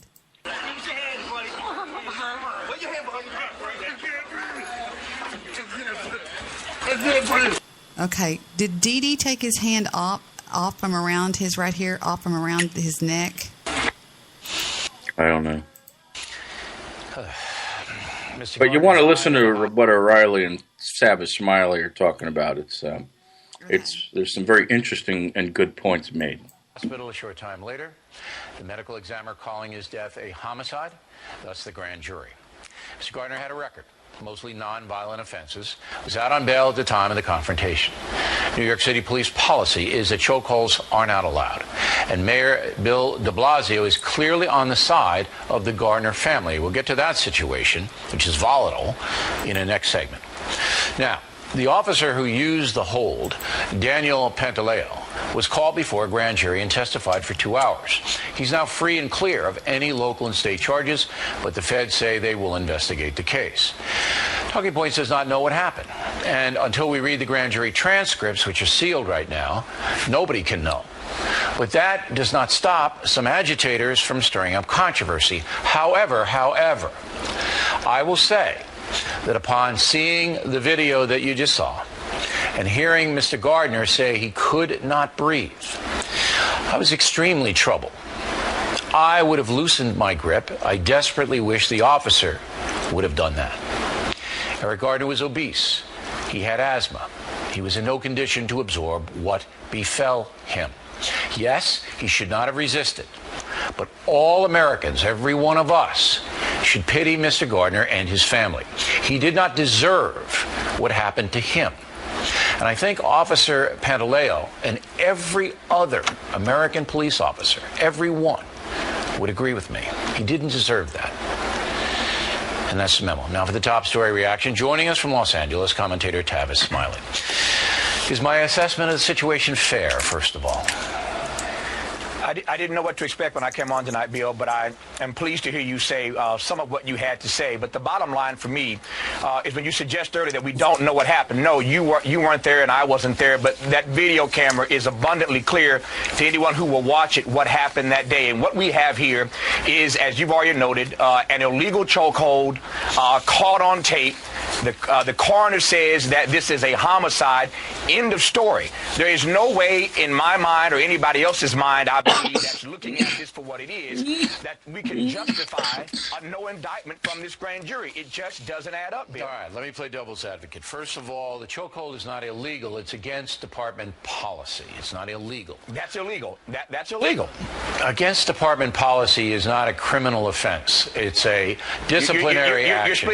You're splitting No, hairs. no, It was wrong for him to have done it. Let me explain. The officer was docketed. He lost his shield. He lost his gun. When you violate New York City department policy, that is what happens to you. You're not prosecuted. Now, if the prosecutor in Staten Island took it a step further, because the medical examiner rightly said it was a homicide, because the man died in a violent confrontation. So the grand jury sits, as many as 25. It's far more than Ferguson. And you've got to get 12 grand jurors in New York State to say, yes, there should be an indictment. They said no. I'm with you that I saw what happened, and it was very troubling. I don't think the police officer meant to kill Mr. Gardner. I don't think he went in with that. He meant to stop him from resisting arrest. Are you with me so far? Do you agree so far? I disagree in the sense that the grand jury saw evidence, and I don't know what they saw in addition to what we saw, but there's no way, Bill, you could look at that videotape and come back with a no indictment, period. We can go all around the block here. When you're applying something that's against department policy, it's caught on tape. The coroner once again says it's a homicide. How do you come back with no indictment? Here's my point. This grand jury system is becoming a fraud. Prosecutors now, because they want to act like this was done under due process, they turn to these grand juries. These grand juries continue to turn back these to send out these no indictments, and the value of black life in this country continues every day to have less and less respect. That's the bottom line. I want to hear from the grand jury. And the prosecutor over there, the DA in Staten Island, is trying to get the transcripts released. They're sealed right now under law, and I think he will. I think the public's going to have to see the rationale behind it. I suspect it has something to do with the man resisting arrest and the police officers trying to get him under control, and that the grand jurors believe that they were not doing it in a malicious way. The intent wasn't what the outcome was. Bill, honestly, let me ask you, my friend, does it really matter that he didn't intend to kill him? Does it really matter that it wasn't done as far maliciously? as charges are concerned.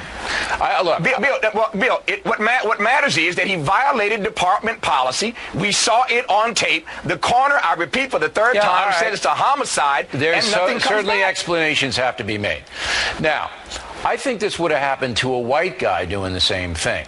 I don't think it had to do with skin color. I think it had to do with poor judgments made by the group of police officers. But here's the problem. That what you just offered now is speculation. It is. Let me put on the table the fact. Let me put but the other way is speculation too. On the table, though. No, it's not, Bill. Bill, hold up. It's not. What you're offering is speculation. What I'm putting on the table for America to see, what America does in fact see every day, are the facts. The facts are that Trayvon Martin was not speculation. Michael Brown was not speculation. Renisha McBride is not speculation. Sean Bell is not speculation. Eric Garner is not speculation. All right, let me stop you there. These are facts, and black life is there's no respect for the humanity and the dignity of black life in this country. I'm going to ask you a couple of questions, Tavis. Sure. You know how many blacks were killed by police by gunfire last year? In 2012. I do not know that number. No, the number is 100 and 123. Do you know how many whites were killed? 326. There are 43 million plus black Americans. 123 were killed by police gunfire. And the Gardner thing is most of those police deaths are gunfire, not the other. Mm-hmm. So there isn't an epidemic of this. I mean, it's not. But when it happens, it's extremely troubling. I could be wrong. I think respectfully, I think you are wrong. There's a pattern here, and you are too smart and too bright. It's Bill, a minuscule that's not pattern. minuscule. Well, 123 opposed to 43 million is minuscule. Bill, tell the parents of these precious young children Everyone that it's is minuscule. value to life. If it were Bill, if it were your child, you would not call this minuscule, Bill. That's disrespectful, my friend. It's not minuscule. That's disrespectful. You're taking my remarks out of context. It's not minuscule No, I'm that not. the man I'm died. telling you, it's not minuscule. The amount of police shootings are minuscule, and more whites, Do you not 3 see, to 1, Bill, are do you killed not than see, blacks. let me ask you, Bill, do you not see in the era of the first black president, I might add, do you not, for those who thought we were going to live in a post-racial America because he got elected, which was nonsense then, obviously nonsense today, do you not see a pattern here where black life is being devalued? I don't, because the statistics don't say there's a pattern. Once again, 123 deaths out of 43 million plus is minuscule. Every death is a tragedy. I'm with you. Exactly. 3 That's my times point. as many whites are shot dead by police than blacks. I don't think it's hunting down blacks. Bill, there are more white folk in this country clearly than there are blacks. Absolutely. Although not for too much longer. But I think there's a message here tonight that most Americans see, that it's open season, hunting season on black men. All right, I disagree, but I respectfully disagree, and you're a stand-up guy for coming on in. Tavis's book, Death of a King, about Martin Luther King, is available. Wow. I didn't know Tavis Smiley was such a radical. Oh, yeah, of course he is. He's on Black Talk Radio. He has to be. But here's the takeaway from that. You should write down those statistics, number one. And you notice how Tavis Smiley says there are more white people than black people? He said not for long. When reminded that double the number of white people are killed by cops than are black people.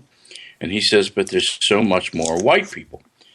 Now, that's a good one to remember, because when you talk about black people being in jail, then you can always remind them of the opposite of that. That is that there's only 13% of the population that are black, but they occupy more than 50% of the jails.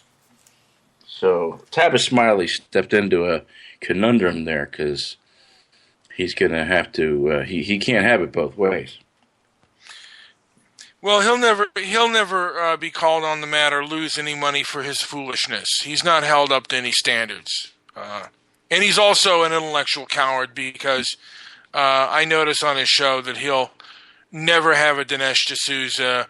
He'll never have a David Horowitz on his show. And he'll never have, to me, O'Reilly's kind of a softball with him and not hard enough.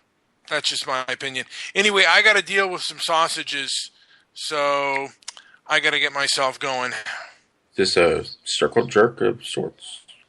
No, I have sausages, pork sausages on the grill. I didn't know there was any other sausage, but thank you for telling me that. No, are all wait, there aren't beef sausages. I'm wrong. That's hot dogs. You're right. And yes, so I have them on the grill. Debbie, I bid you adieu. Do you play with your sausage before you grill it? I cook it thoroughly. I make sure when it comes out of the oven. Do you tenderize it before you cook it? No, I do not. So you neither play with your sausage nor do you tenderize it before you put it on the grill. That's affirmative. What's there to tenderize? Why can't I hear me? I don't know. I hear you. Do you? Oh, I turned my headset down. When you have a big rope sausage, the one of those big 3-foot long ones. Yes. Do you ever run around your apartment with the sausage in between your legs pretending? I don't have to. Wait. I got to tell y'all something funny. We're walking down the State Fair of Texas, Midway, okay, in Dallas. My brother wins one of these little snakes. It's about as long as your arm, but it's just a stuffed snake. And he walks out behind. He's behind me, walking back, and he goes, Deb. I turn around, and I said, what? And he just goes, hey. And he just kept looking at me. He had it stuffed down his pants leg. Did you ever stuff a sausage in your pants? No, I'm not Italian. He said he doesn't have to. I don't have to. I heard that. My name's not Mr. Solution. All right, I gotta get. Wait a second. You think Mr. Solution is a sausage stuffer? You know what? I think that he. I don't know. I think he's a person who likes to tell a lot of tall tales. How did he behave on your show last night? He was rather decent. I mean, he's been rather decent. Beasley was kind of a son of a bitch, but Really? I have to know what happened.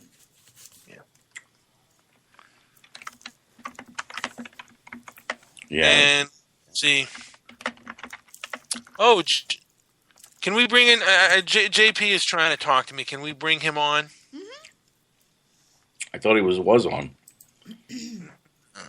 Where is that beautiful man? See if he's around. Who's the handsome man in the glasses? I don't know, but he looks like he was on one of those tilt-a-whirls too long. Yeah, Uncle Maury. Yeah. Uncle Maury's got bronchitis or something. I think you do. You didn't get the see, you know what? And you didn't get the flu shot like me. Okay. The flu shot, I shall have to go to Drudge. But the flu shot this year has been deemed very ineffective.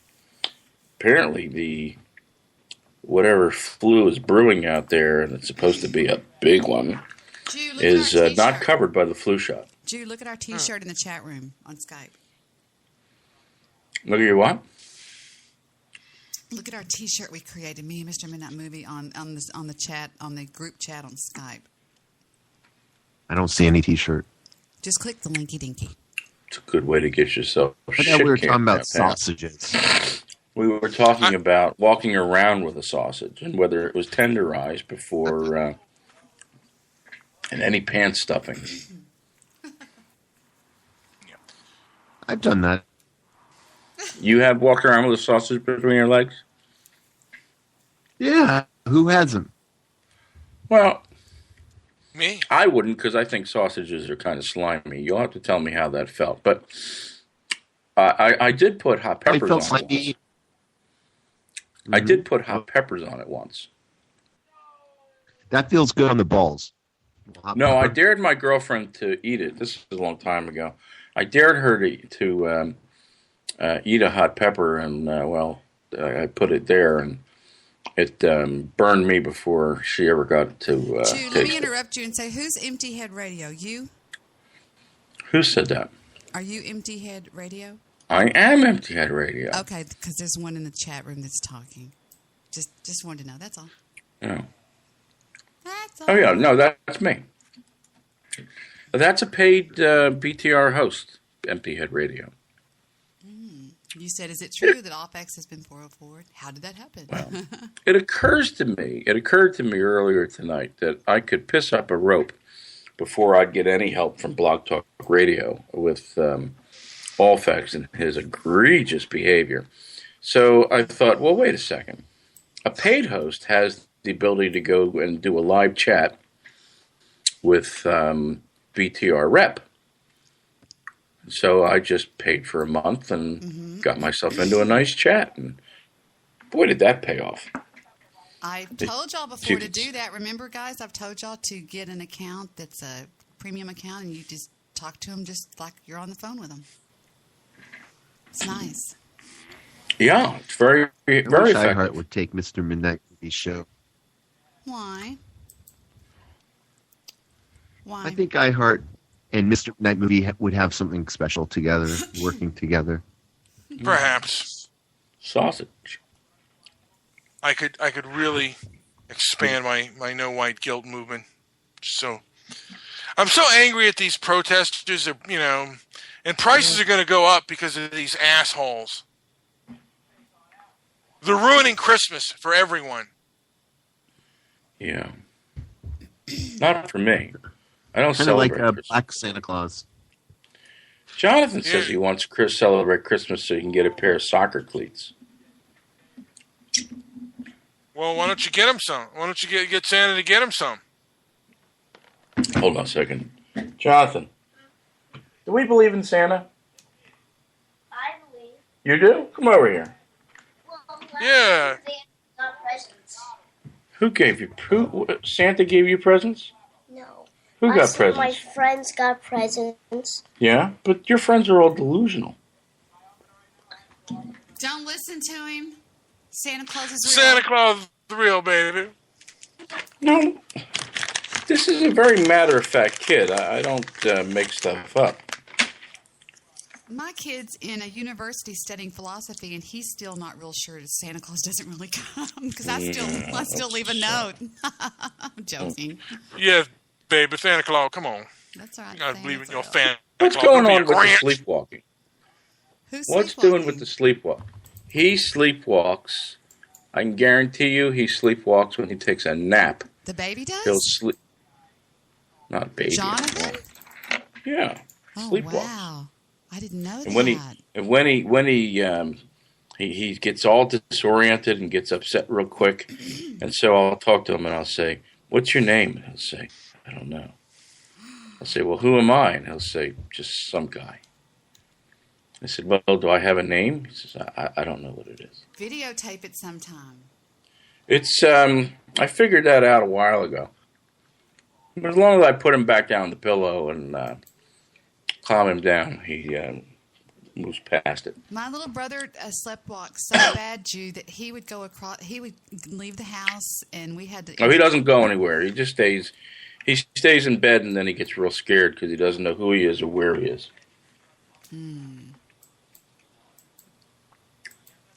Wow. Yeah, Jay went walking across the street to the school, and we found him the next day over there asleep on the schoolhouse. But he also slept in my dad's car one time, and we didn't find him, and we had to end up locking him in his own room. So I'm playing around on this website called Cougar Life, and I can't find a cougar on here to save my life on this place. They're all 34, 29, 24. What the hell? Don't they understand what that is? They're all prostitutes. Yeah, they might be. Well, and a lot of them, I already know this, a lot of them are what do you call that? Webcam They're girls? not women. They're not women. They're men who try and get idiots to join other websites. And then they get all sorts of charges, and they get kickbacks on all the charges. And I had a friend of mine who was doing that. He was a Brit. He's dead now. Died of cancer. Young, too. Died young. In his 30s. He was doing that and making money. He was making good money doing that. He would write emails, and he had it all automated so that dopes who thought that they were talking to a real woman would go join some website, and it would have a 30-day trial or a 15-day trial, and at the end of it, they'd get $80 or $90 worth of charges on their credit card that couldn't be refunded. He'd get half of it. There's all sorts of ways to make money. A lot of ways to skin a cat. Anyway, guys, I gotta check on the sausages. So Hold on a second. Are you telling me, first of all, are you telling me your phone doesn't work where your sausage factory is? He's not on his phone. I'm on a Logitech, and my computer's in my one room, and the sausages are in the kitchen. I thought you said you were barbecuing. You can barbecue. Oh, okay, look, I'm cooking sausage. Is your barbecue in the kitchen? It's actually, you know what? I do barbecue sausage, but I'm not barbecuing now. I actually got them on the oven. I misspoke. They're probably burning, so hang up and go. All right. Love you. Bye-bye.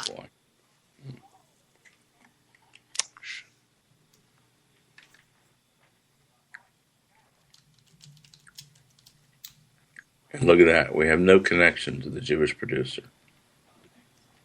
I think he's having trouble with his connection. I will give you that. He sometimes does. He's probably on Comcast. I'm here. Are you on Comcast? No. You say that like everybody should know Comcast sucks. I'm on time. They all- Cable. Oh, excuse me. I'll tell you, that is a pretty 404 when you look at it. Started opening my mouth about black women. Look, I seriously just seen a trending hashtag on Twitter. It said, "I hate black women." and it was white guys, black guys. And I was just like, wow. Even though I don't think it's just right, just to say you just flat out hate them, but hey, that shows you that it's not only Tommy. When I put up that post today, when I said about how I don't like foreigners, and then at the end of it I said, and black women, when I was talking about customer service. Because I was talking about the black women and foreigners do give you the worst customer service. Yeah. Everybody agrees to this. This is not something I made up. It's not just this stereotype with no basis. Foreigners give you the worst service because they smiling at you and they don't understand shit you saying and you understand shit they saying. So you can at least excuse what they're doing. Black women are just rude to be rude. Yeah, I seriously hated taking the cabs in Atlanta. It was like some, I don't know, I think the guys were like Jamaican or something. I couldn't really understand what they were saying. Like they were saying, give me the money really quick, and I couldn't really understand them. So I just never rode with them. Look, I don't want to, listen, serious. People need to understand this. I don't want to do business with you if I can't just simply understand you. I don't want to sit here trying to laugh at something and it ain't funny. Or have you ever had one of them say something and you're so used to nodding your head, but so they'll keep talking? Well, then they just ask you something or ask you for something, and you was like, yeah. But you didn't give it to them, so they were looking at you, and you wondered, oh, shit. Yeah. I've been on the phone with a couple of Caribbean people, and they'll be talking, and like they'll be like saying something, and I'll just agree like and then they'll say something else. I was like, wait a minute, I didn't mean to say that.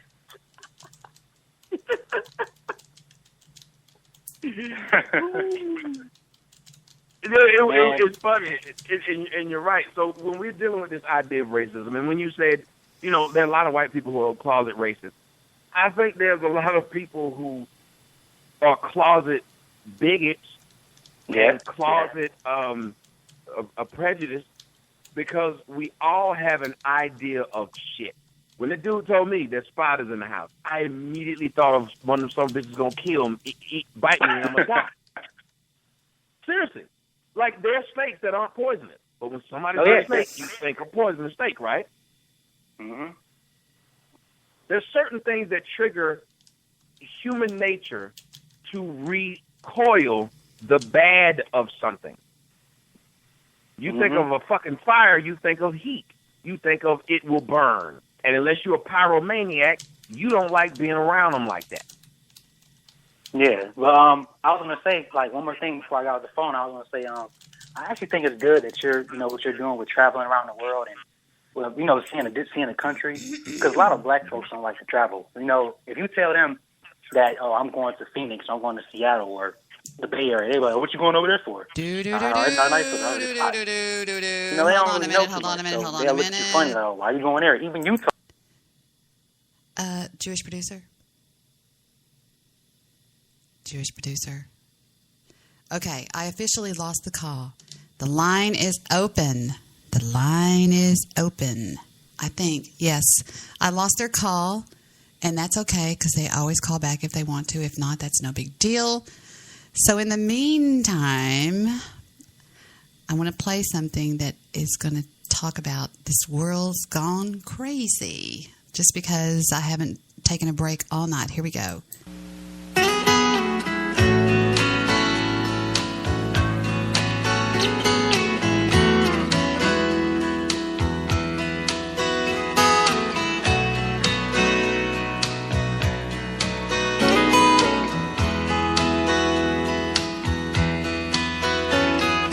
Grandpa,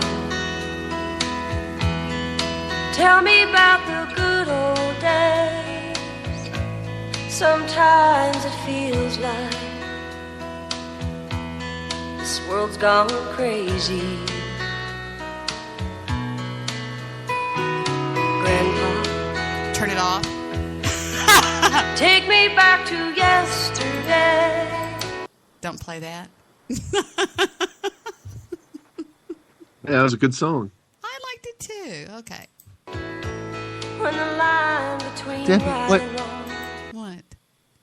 What? What are you thinking? What are you thinking? I was playing. Why do you have that man on your show? Why do you have that man on your show ruining everything? I don't know. I hate him. We don't hate Uncle Maury. Are you suicidal? Are you feeling Let me think. No, feelings that you just no longer want to live? No, I like me. I'm narcissistic. I'm going to talk with a flat voice, and there's nothing you can say that will change my tone of voice. Let's talk in third person. Debbie. And I'm going to annoy you. What are you doing talking like this, Jewish producer? One angry Jew never changes the tone of voice, regardless of situations. He's very mundane. Anyway, back to the jugs. I went to McDonald's. You did? What did you get? And I yelled at the cash register. That means they I ordered a Big Mac, but I yelled at the person at the cash register. They spit in your hamburger. I was with my son. Oh, you're being the one angry Jew. Jonathan, come here, please. I want to ask you a question.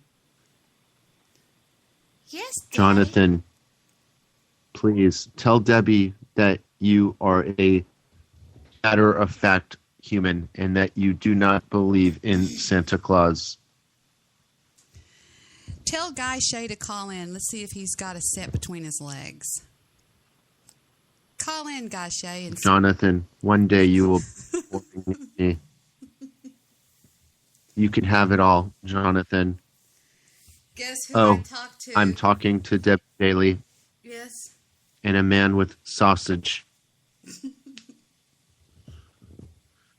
Jesus Christ. I mean, seriously, Debbie, what are you thinking? Hey, Mr. Midnight Movie took the call. I did not take the call, so. Man, that was horrible. It couldn't get any worse, Debbie. It's like every time I had a thought, my thought just, it looked like if you could see my thought, and then if you could see like an axe murderer come sneak up behind my thought and put an axe right into my thought. Every time that fucking man is on the radio. All right, I make a motion that we never take Uncle Maury's calls again. Is there a second? I just think that he should always be on his 3-strike rule count. Every call starts over. Every call, he should be on a 3rd strike leash. Maybe even just a running tab. So, like, if he gets strike 1, during tonight's show, and he calls tomorrow, he's got that strike 1 still over his head until he gets strike 3, and then he's out. And he'll do that because anytime he's let loose, okay, when he's allowed to do what he wants to do, he's going to bring us in, discussing these topics. And I don't know how he does it. I don't think it's a special skill. I think it's a mental disorder, but he gets into these things that nobody on earth cares to talk. It's like he wants to be background noise. Yes, that's okay. I believe that he caused all the problems tonight during that debate with Goofy Bone. Do you believe that? Well, that show was never going to go the distance, and he wanted to be the one to send it over the cliff, I guess. But we might have gotten a few more minutes out of them. But I knew I said it beforehand that show was not going to make it the distance. Goofy ran like a burnt ape. I'll still always. It just happened that he. Yeah, he was talking to one angry Jew at the time, but it could have been any of us. I had done so much freaking research for that damn debate. It was insane. I told everybody in my family, leave me alone today. I stayed I had books all over my desk. They were opened up to all these different things about white guilt and about all this stuff. And all of a sudden I just went, what? It's over? Are you kidding? Yeah, and I remember I kept saying to you, Debbie, just be yourself. This show is not going to go the distance. We're not going to get even close to touching some of these things that you're studying. Put the books away. Just be yourself. That's our best bet. I remember telling you that. You're right about that. Now, it's time for... Oh, good. It's time to talk about Spreaker drama for a minute. Should we talk about Spreaker drama? Today on Spreaker Drama, I want to ask you, Have you had a chance to listen to Season Hate? It's a snooze fest. It's a snooze fest, Jewish producer. All it is about is how much he hates Guy Shay. Yeah, it was very.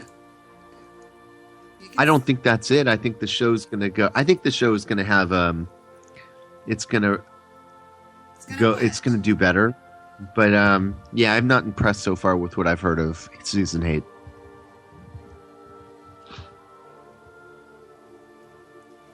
I'm not the least impressed. It was boring me to tears. Now tell me why correct me if I'm wrong, but you are not in good graces with Guy Shay, right? Well, that's an interesting question. I like Guy Shay. I always liked Guy Shay. You can ask Lester. Lester and I talked about Guy Shay many, many hours. As you know, every time I got off my show for weeks and weeks and weeks, Lester called me at 2 o'clock in the morning and we talked until 4 o'clock in the morning until I said, Lester, I got to go. I know a lot about Guy. Lester had a lot of respect for Guy, and I got to know Guy. Kill the music, please, Matilda. Hold on. Matilda, turn it off. I'm sorry. Yeah, where's all that music coming from? That's Matilda. Go ahead. Yeah, I don't think you can hear her when that music's playing. I agree. I just muted my mic. Go ahead. So those nights when you were up late on Skype, those were with Guy Shay. They were with Lester. Lester is best friends. I know he was with Guy Shay, and we talked about Guy Shay many nights, and he had nothing but good things to say about Guy, and so did I. We talked very amorously about Guy Shay. Both of us did. I told him my sincere thoughts about him, and it was very, very loving, very sweet. And then suddenly he got mixed up with that Desert Rose group, and he turned on me for some reason. I don't know. I'll never know what happened. I never know what I did. But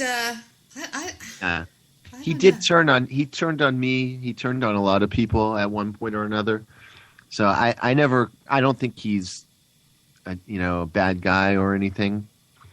I don't know enough about him to make that judgment, but I don't know. I'm dubious because of all the talk about him. Just dubious. Well, from what I know about certain people in their real lives, I pick out certain people that I would have to a picnic of mine. I would probably ask Guy Shay and his family to my picnic. I would not ask Goofy Bone and K-Vu and those little brats to my picnic. I don't trust. I think Goofy Bone's off his rocker right now. The man bloviated. Remember the night after he ran away on that debate and he screamed about me for like 3 days? Literally screamed. I'm gonna rock this shotgun up his motherfucking ass. Is that Goopy show? Season Hate is all about Mekazawa. That's our new theme song. Oh, Mekazawa's voice makes my skin crawl. Oh, Goofy Bone. Oh, God, that voice. Goofy Bone. Let's take a listen to see what's going on Season I Hate Guy Shay. Let's take a listen. It stays hard and big. You are a fucking nigger. And, of course, he's playing me, like always.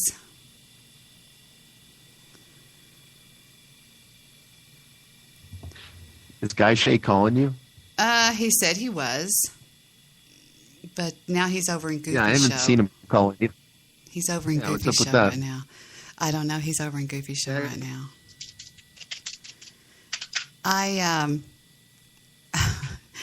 Poor bathtub girl walked in there and they said, "Oh, look, it's a fat pig." She got her ass handed to her today by me on my show. Thank you very much.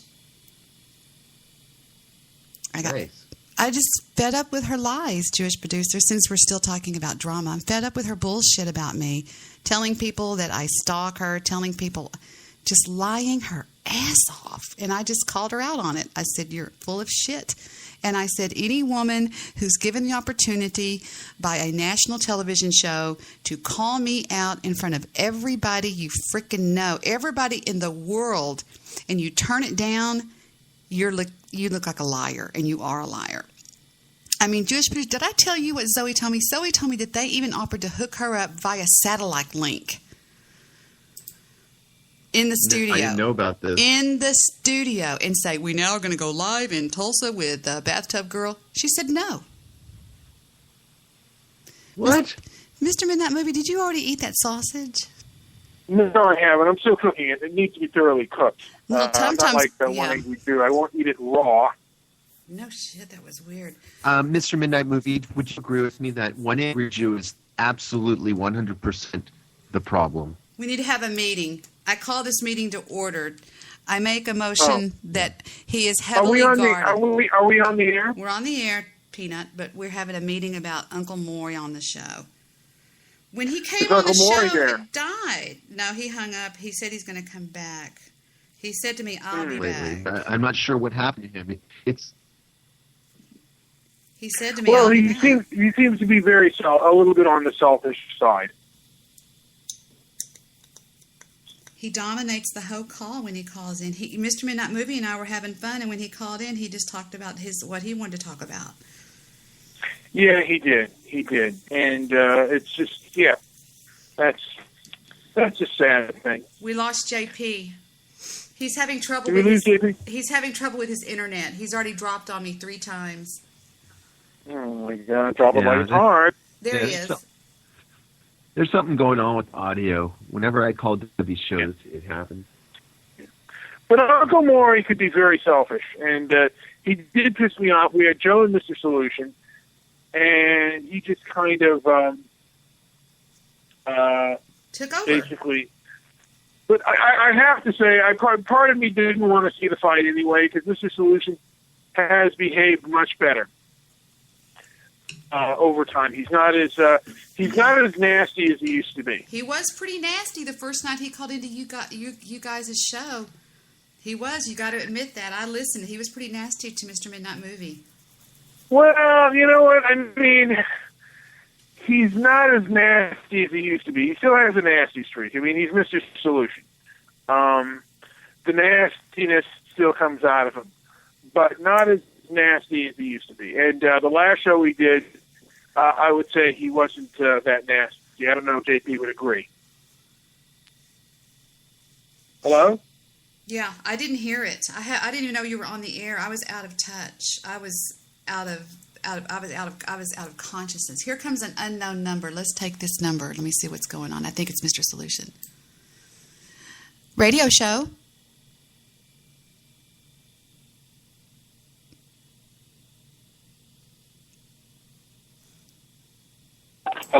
Oh, crap. It was Mr. Solution, and I hung up the very second he said hello.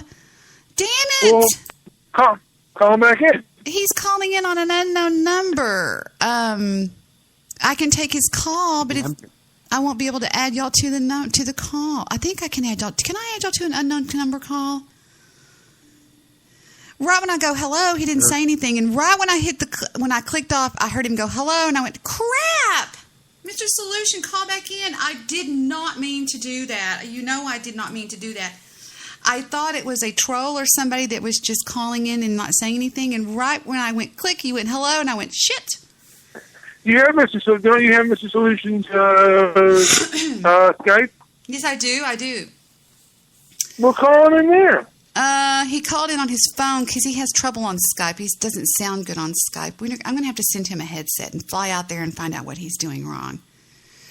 Let me see. We can fly out to the mosque and find out, The mosque. It's horrible. So, in a couple of days, now are you actually going to see, because it's gotten, fairly bad reviews. It's about 58 fresh tomatoes. I'm going to go see it because it's about the Book of Exodus. Mr. Solution, please call back in. I'm so sorry that I accidentally hung up on you. I did not mean to. You know I would never hang up on you. Please, I beg you, if you're listening, call back in. That was horrible. I didn't mean to do that. Damn it. Have you Debbie, read I any of saw the Green- reviews? Because some of the reviews just have spoilers. Should I spoil anything for you or no? No, I'm going to go anyway. All right. I'm going anyway. Because you also know that on the 15th, it is the 75th anniversary of Gone with the Wind. Yes, and we're going to do a Gone with the Wind. Are you still writing the script? I am writing the script. I'm writing all the things that we will have. Part of me wants to do it on Audacity first, and then see how people behave in the chat room. Now, I have got a surprise to tell you guys. Victor said that since I got let down by going on the Dr. Phil show, that for Christmas he would not have a problem with flying out there to visit you guys for like a night, like having lunch with you guys and your wives or girlfriends or whatever, and doing a show live together from somewhere. Like I could get do they have a Four Seasons in LA? They do. what? Do they have a Four Seasons? A Four Seasons? Mm-hmm. I think they do. Of course. Okay. Yeah. I could stay there. You guys could come over, and we could broadcast a show from there. What would y'all think about that? Could y'all get there? Is that far from where you are? No. No, we can meet it. Just make a time and stuff, and make it an advance where I can get some time. Where I can if there's a time we got to go to work. There's are we going to go? Is it going to be dinner and a movie, or is it just going to be dinner? Dinner and then we're going to do a live broadcast. Now, Here's Mr. Solution again. Hang on. Y'all hang on. Paying attention. Hang on just a second. Mr. Solution, is this you? Hello? I'm so sorry I hung up on you. I felt like a creep. Right when you go, hello, I went click. How are you? Hello. Hey, Debbie, how are you? I'm great. How are you? I've got Mr. Midnight Movie and Jewish Producer on the other line. Hello, fellas. Let me add them to the call. Hold on just a second. Let's see if I can. I can't because it's an unknown number, damn it. Yeah, I can't. I don't know why it does that. Skype in. I'll Skype in. Skype in. We'll be waiting for you. Oh, boy, oh, boy, oh, boy. He's going to Skype in, Mr. Midnight Movie, Jewish Producer. All right. I hear you. He's going to Skype in. Mr. Solution is. That was him on the other line, and he's going to get on his Skype and Skype in, and that's good. I haven't talked to him in a long time, and we should get his take on what happened in New York City. Did y'all talk about it last night? We talked about it, I believe, on Wednesday. And what does he say? And I think that the people are overreacting. I mean, I just think that these individuals are looking for something to do.